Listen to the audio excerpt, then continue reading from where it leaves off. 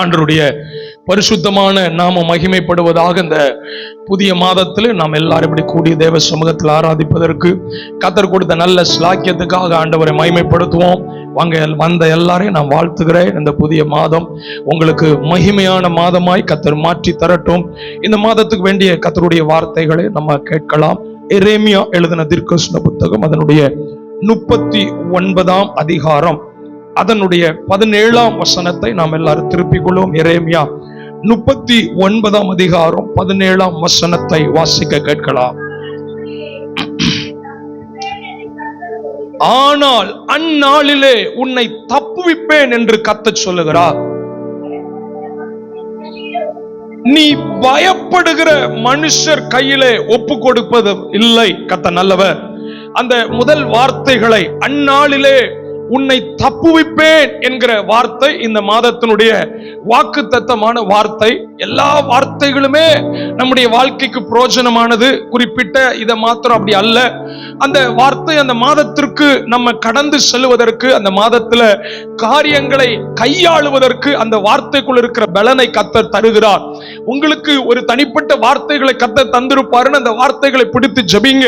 கர்த்தருடைய வார்த்தை கட்டாயம் நிறைவேறும் என்கிற ஒரு பெரிய தைரியத்தையும் விசுவாசத்தையும் கர்த்தர் நமக்குள்ள தரட்டும். ஆமென். கர்த்தர் ஒரு வாக்குத்தத்தம் கொடுக்கிறார் என்றால் அது வெறுமையாய் வேடிக்கைக்காகவோ அல்ல. கர்த்தர் நல்லவர். அல்லது உங்களை உற்சாகப்படுத்துவதற்காக, மாம்சத்துல ஒரு உற்சாகத்தை தருவதற்காக அல்ல. வார்த்தை தந்தா வார்த்தை நிறைவேறும். ஆமென். வார்த்தையை தருகிறார் என்றால் நிறைவேற்ற முடியாத ஒன்றை அவர் சொல்லுவதே கிடையாது. ஆமென். அவர் சொல்லுகிறார் அவர் என்றால் கட்டாயம் அந்த வார்த்தையை நிறைவேற்றி தரப்போகிறார் என்கிற நிச்சயத்தை தேவ பிள்ளைகள் மறந்துவிடக் கூடாது. இந்த கடைசி காலகட்டங்கள்ல ஆண்டவர் தான் நம்மளை தப்புவித்து வருகிறார். தப்புவிக்கப்படுகிறது. தீங்கான காரியம் ஒன்று எல்லாருக்கும் நடக்குது. ஆனால் வார்த்தையை பெற்ற பிள்ளைகளுக்கு நடக்கல. அதுதான் தப்புவிக்கப்படுகிறதற்கு அடையாளம். கர்த்தர் நல்லவர். இந்த 8வது மாதத்துல தேவ சமூகத்துல உட்கார்ந்து இருக்கிற நீங்க இதுவரை கடந்து வந்த பாதைகளை யோசித்து பாருங்க. கர்த்தர் எத்தனை இடத்துல நம்மளை தப்புவித்து வந்திருக்கிறார். ஆமே. ஒரு இடமா, 2 இடமா? ஆமே. நம்முடைய வாழ்க்கையினுடைய சாட்சியை திரும்பி பார்த்தா எத்தனையோ ஆபத்துகள் வந்தது, எத்தனையோ பலவீனங்கள் வந்தது. ஆமே. நம்ம விழுகிறதற்கு சத்துரு ரெடியா இருந்தான். ஆனா கர்த்தர் விழ வைக்கல. சொந்த பலத்திலேயா நின்னோம்? இல்ல. நம்மளை கர்த்தர் தப்புவித்தார். ஒரு ஆமென் சொல்லலாமா? அதனால தான் ஏசாயா 46ஆம் அதிகாரம் அதனுடைய 4ஆம் வசனத்துல இப்படி நீங்க பார்க்க முடியும். உங்கள் முதில் வயது வரைக்கும் நான் அப்படி செய்வேன், நரை வயது மட்டும் நான் உங்களை தாங்குவேன். நான் அப்படி செய்து வந்தேன், இனிமேலும் நான் ஏந்துவேன், நான் சுமப்பேன், நான் தப்புவிப்பேன். அல்லேலூயா. தப்புவிக்கப்படுகிறது என்கிறது தீங்கு வந்து நம்மை தொடுவதற்கு ஆயத்தமா இருக்கு. பிரச்சனை வந்து நம்மளை தொடுறதுக்கு ரெடியா இருக்கு. ஆனா தொட முடியல. அதுதான் தப்புவிக்கப்படுகிறதற்கு அடையாளம். ஒரு ஆமென் சொல்லலாமா? ஆமென். சிங்க கவியில தானியேலை போட்டார்கள். காரணம் என்ன?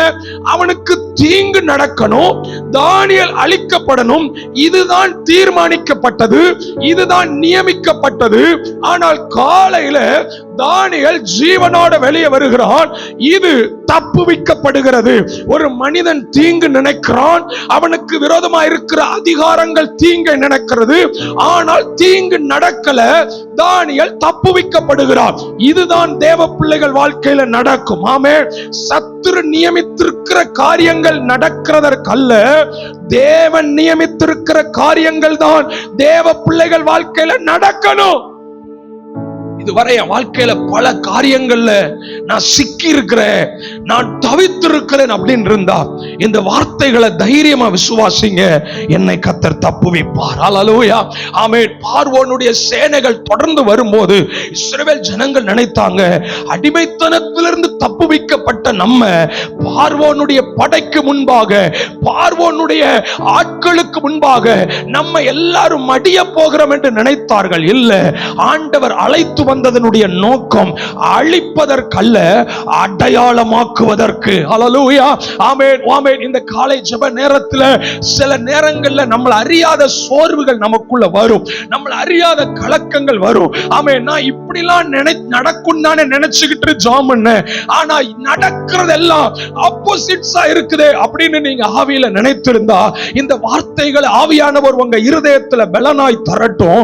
அந்நாளிலே உன்னை தப்புவிப்பேன். கர்த்தர் நல்லவர். இந்த வசனம் யாருக்கு சொல்லப்பட்டது, யார் மூலம் சொல்லப்பட்டது, எந்த சூழ்நிலையில சொல்லப்பட்டது என்கிற ஒரு பெரிய பின்னணியம் உண்டு.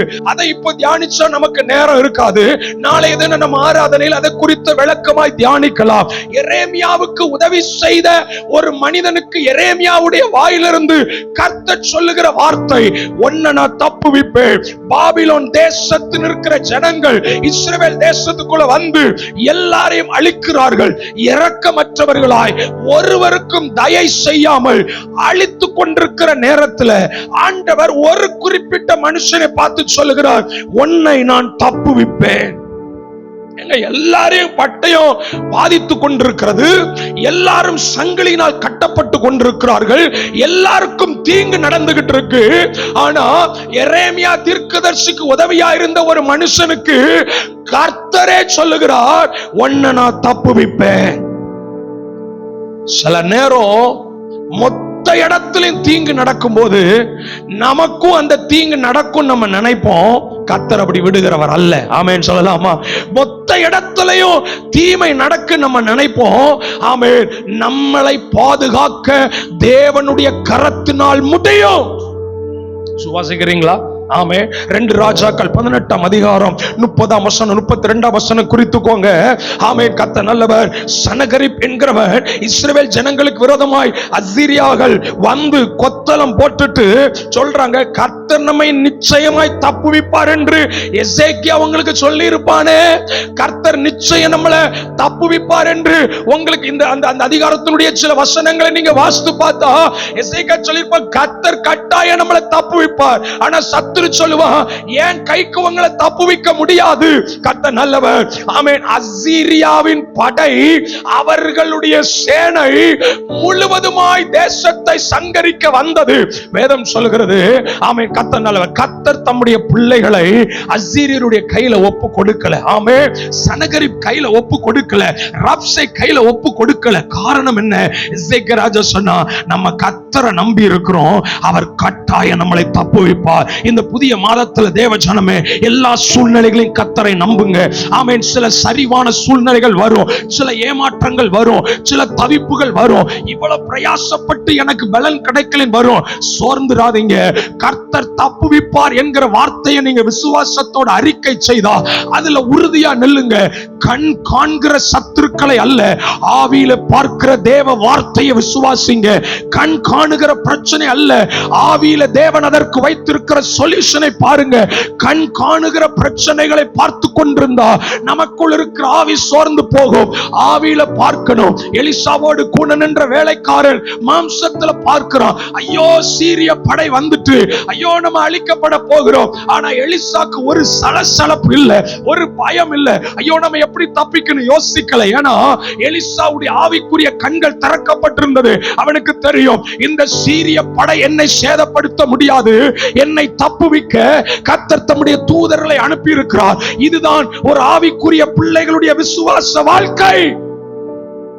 எல்லா மனுஷர்களும் மாம்ச கண்கள் பார்க்கிற பிரச்சனையை பார்த்து அலறுவார்கள், ஐயோ இப்படி நடந்துட்டு அப்படி நடந்துட்டு. ஆனா நீங்க ஜெபத்துல உட்கார்ந்து ஆவியில பார்க்கணும். அந்த பிரச்சனைக்கு பின்பாக ஒரு மகிமையை கர்த்தர் வைத்திருப்பார்ல, அதை ஆவியில பார்க்கணும். இல்ல ஆவியில பார்க்கிறேன், கர்த்தர் மகிமையானதை வைத்திருக்கிறார். நம்ம கூட இருக்கிறவங்க எல்லாம் பிரச்சனையை மட்டும், சோர்வுகளை மட்டும், அவமானங்களை மட்டும், வேதனைகளை மட்டும், உபத்திரவங்களை மட்டும் பார்த்து கொண்டிருக்கும் போது நீங்களும் நானும் ஒவ்வொரு நாளும் வசனத்தை கேட்கிறோம்ல, ஒவ்வொரு நாளும் ஜெபிக்கிறோம்ல, ஒவ்வொரு நாளும் கர்த்தரை சார்ந்து இருக்கிறோம்ல, எதற்கு தெரியுமா? என்னை எல்லாருக்கும் நடக்கிற தீங்குக்குள் விடுகிறத கல்ல, என்னை கர்த்தர் தப்புவிப்பார். சங்கீதம் 91:3 எழுதிக்கோங்க. அவர் உன்னை வேடனுடைய கண்ணிக்கும் பாலாக்கும் கொள்ளை நோய்க்கும் என்ன செய்வாரா? தப்புவிப்பார். வியாதியை பார்த்து பயப்படுறீங்களா? ஆமென். ஐயோ, இந்த வியாதியை நான் எப்படி சமாளிக்க போறேன் பயப்படுறீங்களா? இந்த பலவீனத்தை தாண்டி எப்படி என் ஜீவிய பாதை ஓட போதுன்னு பயப்படுறீங்களா? பாழாக்கும் கொள்ளை நோய்க்கு அவர் நம்மளை தப்புவிப்பார். 2 கொரிந்தியர் 1ஆம் அதிகாரம் அதனுடைய 10ஆம் வசனத்தை திருப்பிக் கொள்ளுவோம். புதிய ஏற்பாட்டுக்கு வாங்க. 2 கொரிந்தியர் 1ஆம் அதிகாரம் அதனுடைய 10ஆம் வசனம். அவர் எங்களை நல்லா கவனிங்க, இந்த வசனம் முக்கியமானது. எங்களை தப்புவித்தார், இப்போதும் தப்புவிக்கிறார், இன்னும் தப்புவிப்பார் என்று ஒரு ஆமென் சொல்லலாமா? ஆமென். 2025ல நடத்தினாரு, 26ல நடத்திக்கிட்டு இருக்கிறாரு, 27லயும் நடத்துவாரு. இதுதான் இதனுடைய மீனிங். ஒரு ஆமென் சொல்லலாமா? ஆமென். பின்னாடி திரும்பி பார்த்து அவர் தான் நடத்தி இருக்கிறாரு. இப்ப அட் பிரசன்ட் அவர் தான் நடத்திக்கிட்டு இருக்கிறாரு. நான் முன்னோக்கி போனாலும் அவர் தான் என்னை நடத்த போகிறார். அவர் எங்களை தப்புவித்தார், தப்புவிக்கிறார், தப்புவிப்பார் என்று நாங்கள் யாரை நம்பி இருக்கிறோமா? கர்த்தரை நம்பி இருக்கிறோம். உங்க வாயில ஒரு நாள் ஒரு 50-100 தடவையாவது நான் கர்த்தரை நம்பி இருக்கிறேன், நான் கர்த்தரை நம்பி இருக்கிறேன்னு நீங்க சொல்லிக்கிட்டே இருக்கணும். ஆமென் சொல்லலாமா? ஆண்டவரை நம்புறது உங்களுக்கு பலனான காரியம். ஆமென் சொல்லலாமா? சங்கீதம் 71:1, 71, 31:1, 3 வசனங்களை எழுதிக்கோங்க. வாசிக்க வேண்டாம். ஆமே, கர்த்தாவே நான் உம்மை நம்பி இருக்கிறேன், நான் ஒருபோதும் வெட்கப்படையாதபடி செய்யும். ஏசாயா 26:3 உம்மை உறுதியாய் பற்றிக் கொண்ட மனதை உடையவன் உம்மையே நம்பி இருக்கிறபடியினால். நம்முடைய நம்பிக்கை யார் மேல இருக்கு? கர்த்தர் மேல. பாடுறோம்ல, என் நம்பிக்கையே நமக்கு ஸ்தோத்திரம்னு பாடுறோம். மனுஷனே நம்புறோம், நம்ம பலத்தை நம்புறோமா? Bank balance நம்புறோமா? மாமே டேப்லெட்ஸ் நம்புறோமா? டாக்டர்ஸ் நம்புறோமா? நம்ம கூட இருக்கிறவங்க மோட்டிவேஷனால பேசுறதுனால இந்த லைஃபை நம்ம கொண்டு போயிட்டு இருக்கோமா? இல்ல, நம்ம கர்த்தரை நம்பி இருக்கிறோம். பழைய பாடல் உள்ள, கர்த்தரை நம்பிய ஜீவிப்போம், கவலை கஷ்டங்கள் தீர்ந்திடும், கைவீடா காத்திடும், பரமனின் கரம் நம்ம என்ன செய்யும்? அந்த விசுவாசம் தேவ பிள்ளைகளுக்குள்ள மாறக்கூடாதுல்ல? ஆமே, ஆமே. அவர் எங்களை தப்புவிக்கிறார், தப்புவிப்பார் என்று நாங்கள் அவரை நம்புவிக்கிறோம். எரேமியா 15:20 நடுப்பகுதியில இப்படி ஒரு வார்த்தை சொல்லப்பட்டிருக்கு. ஆனாலும் உன்னை மேற்கொள்ள மாட்டார்கள், உன்னை ரட்சிப்புகிறதுக்காகவும் உன்னை தப்புவிப்பதற்காகவும். தப்புவிக்கப்படுறதுக்கு ஆண்டவர் என்ன செய்யறாரா? அப்போ ஆண்டவரை நம்ம நம்பும் பொழுது நம்மளை தப்பு வைக்கிறார். அவர் நம்மோடு கூட இருக்கும் போது நம்மளை தப்பு வைக்கிறார். அல்லேலூயா. ஆண்டவர் நம்ம கூட இருக்கிறாருங்கிற நிச்சயம் நமக்குள்ள இருக்குல்ல, அந்த சந்தேகம் நமக்குள்ள வரவே கூடாது. கர்த்தர் என் கூட இருக்கிறாரா என்கிற கேள்வி இருக்க கூட. கிதியோன் சொல்றான், கர்த்தர் எங்க கூட இருந்தா இதெல்லாம் எங்களுக்கு சம்பவிக்க வேண்டியது. அந்த வார்த்தை நமக்கு, ஆண்டவர் என் கூட இருந்தா எனக்கு எப்படி நடக்கணும், அந்த வார்த்தை தேவ பிள்ளைகள் வரக்கூடாது. ஆமே, நன்மையானாலும் தீமையானாலும் என் தேவனுடைய கரம் நிச்சயம் முடிவில் ஜெயத்தை தரும். அந்த விசுவாசத்தை கதை நமக்குள்ள தரட்டும். எரேமியா 15:21 நான் உன்னை பொல்லாதவர்களின் கைக்கு தப்புவிப்பேன், உன்னை பலவந்தரின் கைக்கு நீங்களாக்கி விடுவிப்பேன் என்கிறார். யார் கைக்கா? பொல்லாதவரின் கைக்கு தப்புவிக்கிறார். இந்த உலகத்துல நம்ம சூழ்ந்திருக்கிற மனிதர்களை கவனமா நம்ம பழகணும். நம்ம எல்லாரையும் நம்பிடக்கூடாது, எல்லாரையும் நம்பாமலே இருக்கக்கூடாது. அநேக பொல்லாத மனுஷர்கள் நம்ம கூட ஆமே தெரியாமலே டிராவல் பண்ணிக்கிட்டு இருப்பாங்க. அநேக பொல்லாத மனிதர்கள் உங்க பிசினஸ்ல, குடும்பத்தோட உங்களுக்கு தெரியாமலே டிராவல் பண்ணிக்கிட்டு இருப்பாங்க. நீங்க ஜெபத்தோட உங்க குடும்பத்தை வேலி அடைத்துக் கொள்ளணும். நீங்க ஞானத்தோட வசனத்தோட வேலி அடைத்துக் கொள்ளணும். யாருக்கிட்ட பேசணும், யாருக்கிட்ட இருதயத்தை திறக்கணும். எசேக்கியா ராஜாவுடைய காரியம் நமக்கு தெரியும். எசேக்கியா ராஜா சுகமான உடனே பாபிலோன்ல இருந்து ஒரு கூட்ட ஜனங்கள் விசாரிக்க வருகிறார்கள். எசேக்கியா என்ன செய்தான் தெரியுமா? தன்னுடைய அரண்மனை முழுவதையும் திறந்து என்ன செஞ்சான்? ஏசாயா தீர்க்கதரிசி கேட்கிறார், உங்க வீட்டுல என்னத்தை பார்த்தாங்க, நீங்க என்ன காமிச்சீங்க?